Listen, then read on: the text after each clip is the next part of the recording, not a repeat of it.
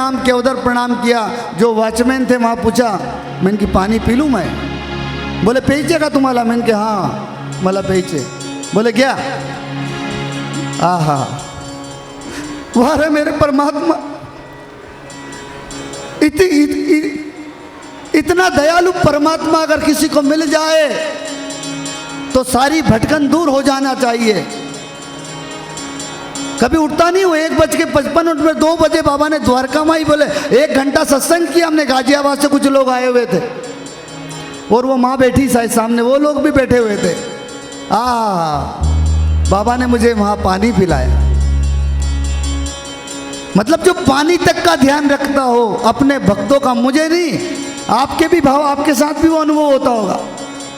माँ की चर्चा हुई, बोले इस बच्ची की भी माँ नहीं है। माँ तो मेरी भी नहीं है। बोले बताओ कैसे कैसे बाबा का प्यार कैसे मिलता है माँ का? मैंने कहा जब मैं शिरडी प्रथम बार आया, मुझे 15 महीने हो गए, मैंने साष्टांग प्रणाम नहीं किया बाबा को, लेकिन ऐसे प्रणाम करता था। एक दिन बाबा से कहा, बाबा मेरी तो माँ, मैं बचपन में था जब चली गई, माँ का प्यार क्या होता है मुझे पता नहीं। बाबा ने कहा माँ का प्यार अगर पाना है तो माँ से आलिंगन करना पड़ता है, माँ के चरणों में लेटना पड़ता है। उस द्वारका माई के पत्थर पर जब मैं लेटा हूँ और मेरा जब रोम रोम रोम आनंद से खिलकर आंखों से अश्रुधारा बहने लगी है, बाबा ने कहा यही तो माँ है, माँ का प्यार और क्या है। बोलो साईनाथ महाराज की जय। वो एक पल में 30 साल का प्यार दे सकता है। वो अपने भक्त की प्यास द्वारका माई में बुलाकर बुझा सकता है। वो संत जनों को एक हमारे निवेदन पर इस कथा में बुलाकर बिठा सकता है। इससे बड़ी क्या ताकत चाहिए? करो तो प्यार तो करो। इसीलिए क्या सभी धर्म अच्छे हैं। अगर हम अपने धर्म के सच्चे, हम दूसरे के धर्मों के बारे में बहुत बातें करते हैं, ऐसा ऐसा। बाबा कहते हैं पहले आप अपने धर्म का मतलब क्या होता है? धर्म का मतलब ये मत समझ लेना कि हिंदू धर्म हो गया कि मुस्लिम धर्म हो गया, सिख धर्म हो गया कि ईसाई धर्म हो गया। धर्म का मतलब प्रेम है, और प्रेम समझने की ताकत परमात्मा ने 84 लाख योनियों से हटकर मनुष्य को दी है। और मनुष्य को बताया है कि दावा न जमा लेना, ये देश बेगाना है, इस घर में तो प्राणी वापस नहीं आना है। तेरी मौत निश्चित है, एक दिन तुम मरने वाला है, ये मनुष्य को पता है। बाकी 83,999 योनियों को पता नहीं है कि उनकी भी मौत होगी। और मनुष्य को जब वास्तविकता में परमात्मा ने रख दिया तो वास्तविकता का रूप मेरे परमात्मा ने बना दिया। और कहने एक फकीरा आया शिरडी गांव में। आइए इस प्यारे से भजन के बाद सत्संग में चलेंगे। फिर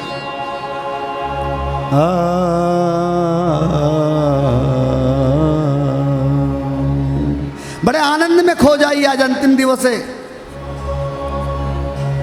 आज 5वां दिवस है और 5 बजे इस कथा की समाप्ति है।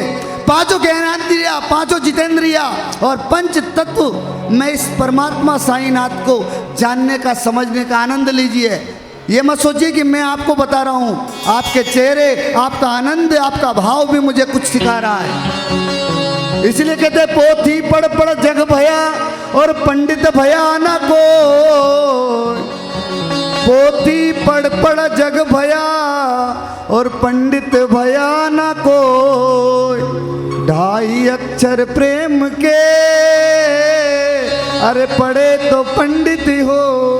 बाबा के यहाँ सेवा करने का मौका अगर मिला है, ये बाबा नहीं है, ये ब्रह्मांड नायक है, ये स्वयं ईश्वर है, स्वयं सत्य है, स्वयं चित्त है, स्वयं आनंद, सत्य चित्त आनंद। कहीं जरूरत नहीं भटकने की।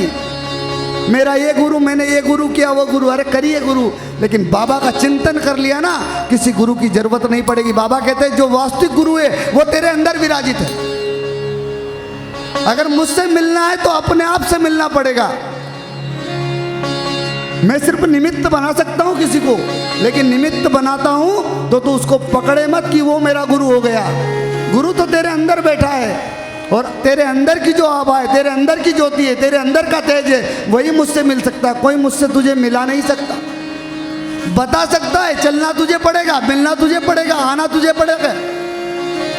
आप किसी के भी संपर्क में रहो, लेकिन आपके कर्म अगर बदलते नहीं हैं आपके कर्म को आप स्वच्छ नहीं करते हैं, आप अच्छे कर्म नहीं करते हैं, तो आप भले संत के साथ रहो तो भी आपका बेड़ा पार नहीं हो सकता, क्योंकि संत तो संत है। संत के लिए सब बराबर, बुरे भी बराबर है, अच्छे भी बराबर है।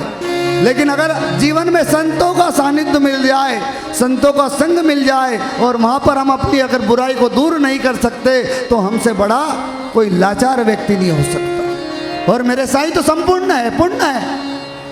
क्या कोई मेरे बाबा की बात करेगा? कोई लायक नहीं है कि बाबा पे उंगली उठा दे। मेरे बाबा ने ऐसा कर्म किया है, 60 साल रहकर यहाँ पर एक एक पल हम तो सो भी जाते हैं, वो सोते हुए भी आपका चिंतन करते हैं, मनन करते हैं। बोले अगर मेरी आंख लग गई ना तो गड़बड़ हो जाएगा, अगर हवा की आंख लग गई तो गड़बड़ हो जाएगा, अग्नि की आंख लग गई तो गड़बड़ हो जाएगा, पृथ्वी की आंख लग गई तो गड़बड़ हो जाएगा, आकाश की आंख लग गई तो गड़बड़ हो जाएगा।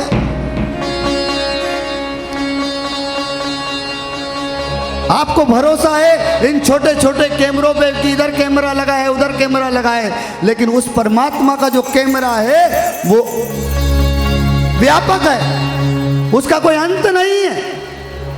ऐसे संत मेरे परमात्मा